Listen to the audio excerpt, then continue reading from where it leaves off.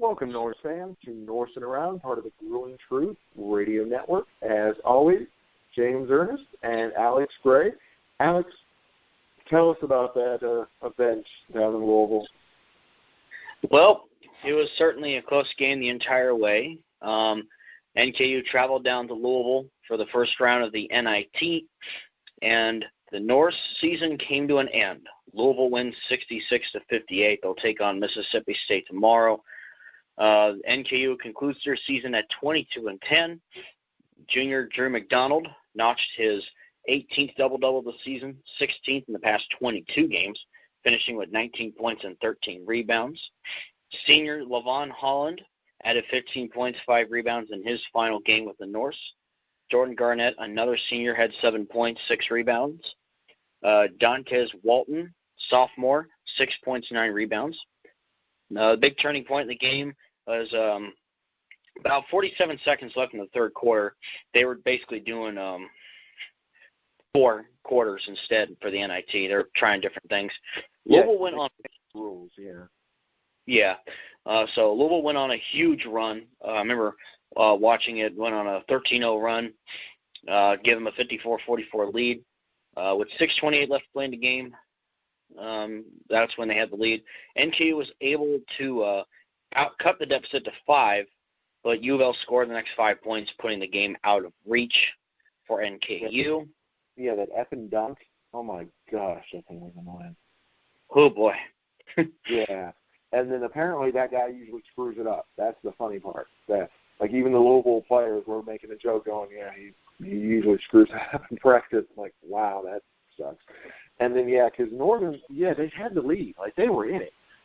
Like you said, about 3/4 of the way through the game, you know, like the first 3 quarters, yeah, we're in it. We got this. We're doing good because we're doing our best ball. And Louisville going, okay. Well, then all of a sudden Louisville started playing their ball, and no. Yeah, it just looked. Also, like you said, Levon, oh, my gosh, it seemed like he was everywhere, touching everything at all times. He was constantly doing something like he really, you could tell, did not want that to be his last game, especially from being down there in Louisville. So, yeah, I mean, it was a very impressive performance. Him, Garnett, McIntyre. What was funny is the Louisville strength and conditioning coach, because I'm assuming that's what the fellow's position was, because he was jacked up. Like, the guy was sitting at the end of the bench and just huge, looked like a linebacker, and was just yelling constantly, like, pass the ball. Like, first off, I'm pretty sure they know to pass the ball. Shut up. And second off, there's coaches to tell them to do that. So, yeah. And it was that's what I'm saying. You have David Padgett. Yeah. Oh, yeah, they got Padgett, they got other coaches, so they're fine there. But the player he was most worried about, and actually of late, because Sharp's done a really good job, but the dude was obsessed with Sharp. Anytime, anywhere where Sharp was, he was yelling to the players where Sharp was, and I'm like, I mean, I know Sharp's been doing better. Don't get me wrong. He's had a good year. But he was acting like Larry Bird was on the court, and you needed to know, or, Steph Curry, and you needed to know where he was at all times, because that's the thing he kept yelling. It was the funniest thing. Yeah, the thing with Sharp, when once he shoots a 3, he gets hot. He knows when to get hot, and I think that's why they wanted to target him, was because he can sink a 3. But he's on fire. What's the rest of the team? Nobody else in the team said about Sharp. It was just the weight coach, fitness coach. He was like really all about Sharp. It was just kind of weird. And then I heard, and I was looking at the stats, and it shows Carson Williams showed up to the game. I was actually there in the building. I don't believe that. Was he even in the building? I know he didn't get the start, but after last year's performance at the UK game where he was amazing, I mean, he was the man. We're all like, he's going to take that next big step, but unfortunately, the sophomore slump bit him so hard at that game. Yeah. And then just some of the other weird stuff, like Chris Bott, he got in there for like a minute, and it was weird because it wasn't like he got there at the end of the game for a minute or when the game was out of reach. It was just kind of random feeling.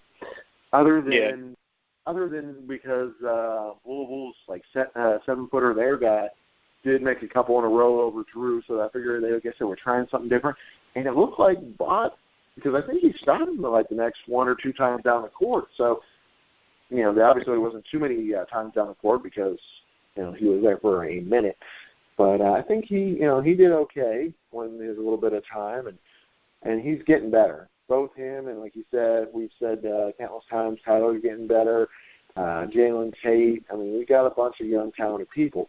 Obviously, we're sad about losing Holland and Garnett. The big thing is just,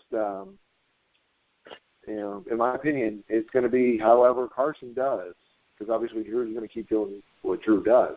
But Carson's going to have to be up there, the Batman and Robin, like it was last year, to get him to the next level, in my opinion. Yeah. I was a little concerned about that. And, it was weird. Same thing where it was one of those you felt like they did more, but they hadn't. Dang. Number 22 on Louisville's team. Mm-hmm. It shows he had 4 rebounds. Like, early in the game, it seemed like he had 4 rebounds. Like, the first 4 trips down the court, he seemed like he was getting the ball. It was crazy, and then he had 4, so that kind of seemed odd. But, it was an interesting matchup. Obviously, anytime you're playing a major conference, major state foe, you're playing, a major powerhouse, you're playing those type of things, you want them to get that good showing. And in Northern, obviously, that second quarter, huge. They did a great job. The first quarter, pretty much even. Second quarter, 15-7. Unfortunately, in the third quarter and the fourth quarter, that's where Louisville 22 and 21 versus our 14 in both, and just it kind of fell off there. Yeah. So of course, just like a bad parent, and all of a sudden, going from one child to the other, who's our favorite? Currently, our new favorite is the women's team, because the women's team did win a postseason game this year. So, good point. Yeah, they won a conference tournament game. I mean, it's not that tournament, but they won, a regular season game. So that's more than the men did. But no, they had a great season. You can't fault them for what they did or didn't do. They worked hard. They're getting them in the right direction. Unfortunately, just a lot of the people I talk to in the industry say the biggest barrier that Northern's going to have is not, the regular season where they're going to have probably 20 wins each year for the next however many years, because Coach is awesome and he's going to be bringing good quality players in. The problem is those 4 or 5 games a year that are really going to make the difference. Yeah. That Texas A&M game, that Memphis game, UMBC. And that game, exactly, the Maryland game that no one would have thought before the season meant something. And then now we're like, we only lost by a point. And then and then they become the first 16th seed to win in the tournament. Exactly. Small world. Northern does have a little bit of a history touching greatness like that before. It's not us. It's the person next to us, like the Florida Gulf Coast thing. Obviously, they, them being Duke, that kind of thing. So there's that history there of, unfortunately, being not being Harry Potter, but being the kid next to Harry Potter. And that's the unfortunate thing. But it's better than the rest of the Tri-State's history, which is since 1990 or 91, falling flat on our face. I don't mean to rip on Xavier and UC, but of course I'm going to rip on Xavier and UC because it's always one of those. You preface it with the thing you're going to do, but it doesn't. You don't want it to come off that way. I mean, both of them lose in the second freaking round. They got a 1 and a 2 seed. Yeah, no, I thought they could go to the Final Four and meet each other. Exactly. That's what a lot of people were thinking. Or even Mo Eggert, who's a UC guy, was at least thinking they were going to get to UK and then UK would beat them, which is funny because, the regular season wasn't that great, but UK has hit their stride at the right time and is doing great.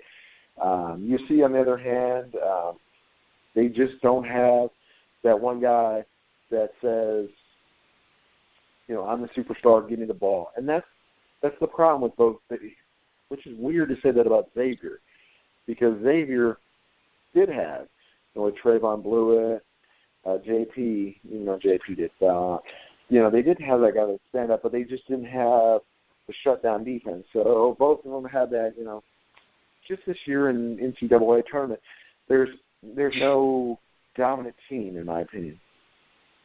Yeah. There's no that, like a couple of years ago where UK, you're looking at them ahead of time on, yes, they got it, or Duke's got it, that kind of thing. Even though now, obviously, with such lower seed being, still in it, you're starting to think, yeah, maybe Duke or Villanova is probably the team to beat at this point. Yeah.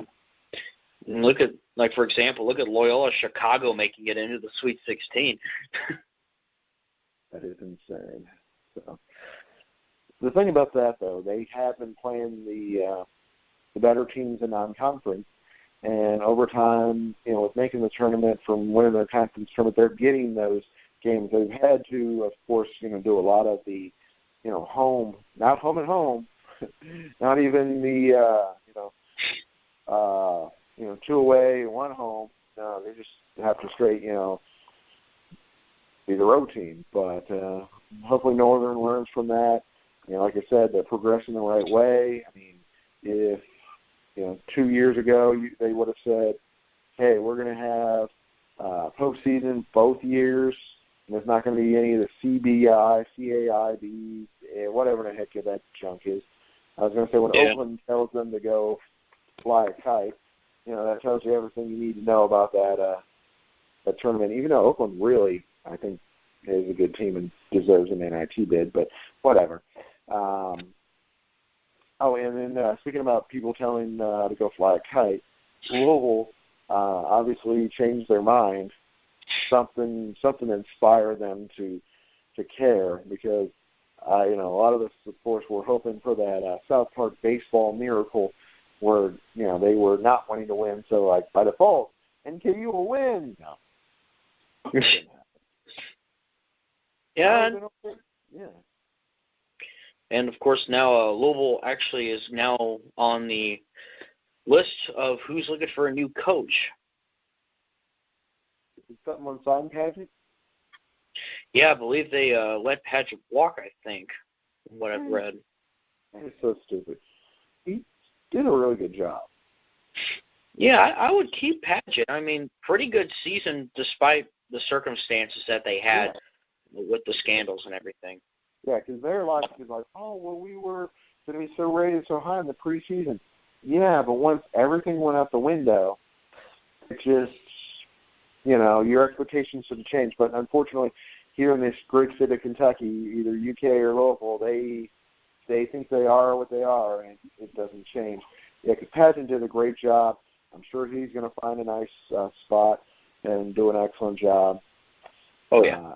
And then the question is, then who does Louisville bring in? Well, with, all the turmoil going on, if I was a really good coach, I wouldn't be running at that job right now. Now, what I would want to be is the next guy. So, like, someone, they'd hire somebody 3-4 years, obviously if they're not doing what they want them to do, I want to be that guy after him. I want enough separation between me and a Hall of Famer. That's my belief. Yeah, I'm currently looking up to confirm about the let's see. Yeah, it says here that Jeff Walls wants no part of the open Louisville men's basketball coaching position. Yeah, that's crazy. Oh, yeah, and then that's the other one that's crazy is they're saying, oh, Chris Mack will go down. Chris Mack ain't going to that. He ain't going to leave Xavier. Yeah, that that would be ridiculous. Yeah, because right now with the Big East, how dominant they are, that doesn't make any sense. It's not an improvement. So, anyway, back to Northern, because that's what the show's about. Even though at this point of the year, there's not really much to say. You know, the guys, most of them, 10 out of the 12 made good improvements. Obviously, we're, going to miss the seniors. They, they had a big impact. They truly did on the team. And hopefully those younger guys are going to step up and fill the roles. And they just need to figure out a way to take that next step. And it's not just the players, of course. It's the administration. They're going to have to, like I said, they're going to have to get more of the, and they've been doing a good job. NKU has played at UK. They played at North Carolina. They played at Texas A&M. So they're doing the right things. Mm-hmm. It's just then the team has to win one or two or a couple of those games that, were the underdog to get noticed and to get. Yeah, it's all about getting over that hump, that little hump they just need to get over. Exactly. And if they can get over that, and this is going to sound insane, my dream of Conference USA, because that's the next one I want to see us move up to. Nothing against the Horizon League, but you noticed, and obviously we just got here, so it's one of those like, how are you already talking about leaving? Well, you notice that only one team each year is going to get in from the Horizon League, no matter how good they are.